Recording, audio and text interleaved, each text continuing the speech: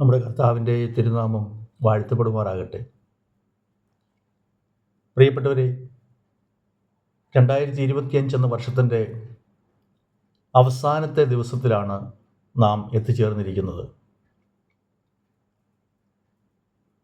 2025 നാം കാണുമെന്ന് പ്രതീക്ഷിച്ചിരുന്നതല്ല.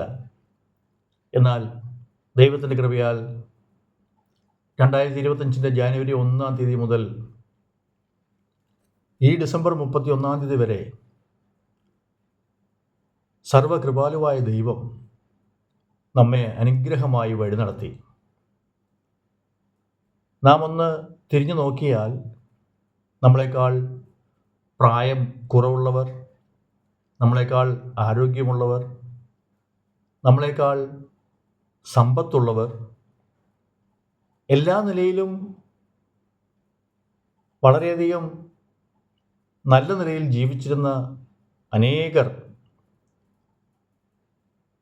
ഈ വർഷത്തിൻ്റെ അവസാന ദിവസം കാണുവാൻ കഴിഞ്ഞില്ല.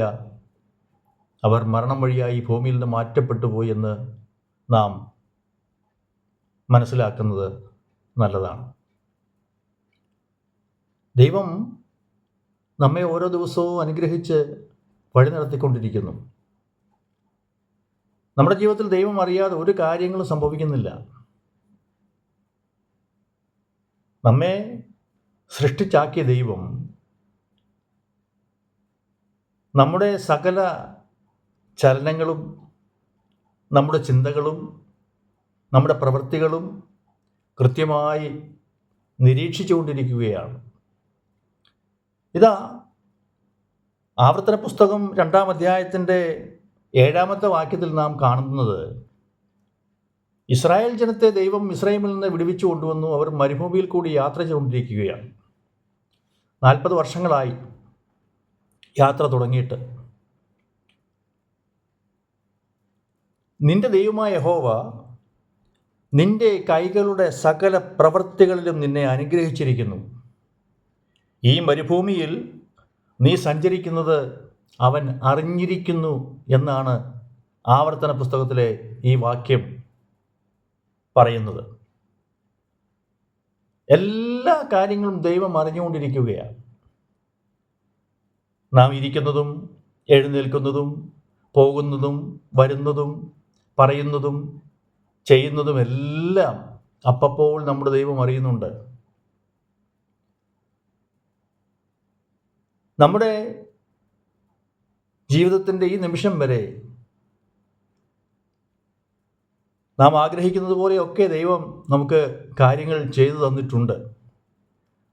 നമ്മുടെ സകല പ്രവൃത്തികളെയും കർത്താവ് അനുഗ്രഹിച്ച് നൽകിയതിനായിട്ട് നമുക്ക് പ്രത്യേകമായിട്ട് ദൈവത്തിന് നന്ദി പറയാം. ചിലപ്പോൾ നമ്മളുടെ കണക്കൂട്ടൽ അനുസരിച്ച് എല്ലാ കാര്യങ്ങളും അത്ര ഭംഗിയായി നടന്നു കാണണമെന്നില്ല. എന്നാലും നമ്മളെ ദൈവം എത്രത്തോളം സഹായിച്ചു നിലനിർത്തിയല്ലോ എന്നോർത്ത് നമുക്ക് നന്ദി പറയാം. എന്തായാലും നമ്മുടെ എല്ലാ ചലനങ്ങളും കർത്താവ് അറിഞ്ഞുകൊണ്ടിരിക്കുകയാണ്. നമുക്ക്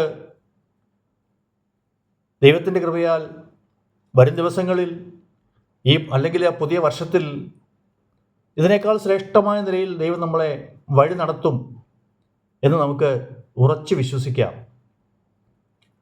കാരണം നമ്മുടെ ദൈവം നമ്മളെ കാണുന്നുണ്ട്. നമ്മുടെ ഹൃദയത്തിൻ്റെ ഭാരം, വേദന ദൈവം അറിയുന്നുണ്ട്. നമ്മുടെ കുടുംബത്തെക്കുറിച്ചും കുഞ്ഞുങ്ങളെക്കുറിച്ചുമുള്ള ചിന്തകളെല്ലാം ദൈവത്തിന് അറിയാം. നമുക്ക് ഈ ദൈവം എന്നുവന്നേക്കും നല്ല ദൈവമായി കൂടെ ഇരിക്കും. നമ്മുടെ ദൈവം നമ്മെ ഒരിക്കലും കൈവിടുകയില്ല. പ്രിയപ്പെട്ടവരെ,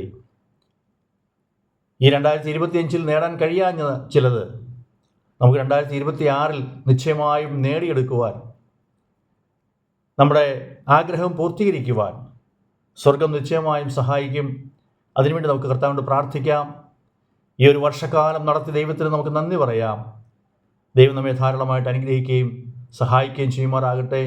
ഈ ദൈവവചനങ്ങളാൽ കർത്താവ് എല്ലാവരെയും അനുഗ്രഹിക്കുമാറാകട്ടെ എന്ന് കരിസ്മ പ്രയർ മിനിസ്ട്രിയുടെ പ്രാർത്ഥന നിങ്ങൾക്കെല്ലാവർക്കും ഒപ്പമുണ്ട്. തുടർന്നും ഞങ്ങൾ നിങ്ങൾക്ക് വേണ്ടി പ്രാർത്ഥിക്കുന്നതായിരിക്കും. പ്രാർത്ഥനാ വിഷയങ്ങൾ ഷെയർ ചെയ്ത് പ്രിയപ്പെട്ടവർക്ക് നന്ദി പറയുന്നു. ഞങ്ങൾ ആ വിഷയങ്ങളെല്ലാം ഓർത്ത് ഞങ്ങൾ പ്രാർത്ഥിക്കുന്നുണ്ട്. ദൈവം അത്ഭുതം പ്രവർത്തിക്കും. ദൈവം എല്ലാവരെയും അനുഗ്രഹിക്കട്ടെ. ഈ 2025 വിട പറഞ്ഞ് 26 നാം പ്രവേശിക്കുകയാണ്. പുതിയ വർഷത്തിൻ്റെ എല്ലാവിധമായ നന്മകളും അനുഗ്രഹങ്ങളും കരിസ്മ പ്രയർ മിനിസ്ട്രി എല്ലാ പ്രിയപ്പെട്ടവർക്കും ആശംസിക്കുന്നു. കർത്താവ് എല്ലാവരെയും സഹായിക്കട്ടെ. God bless you. Thank you.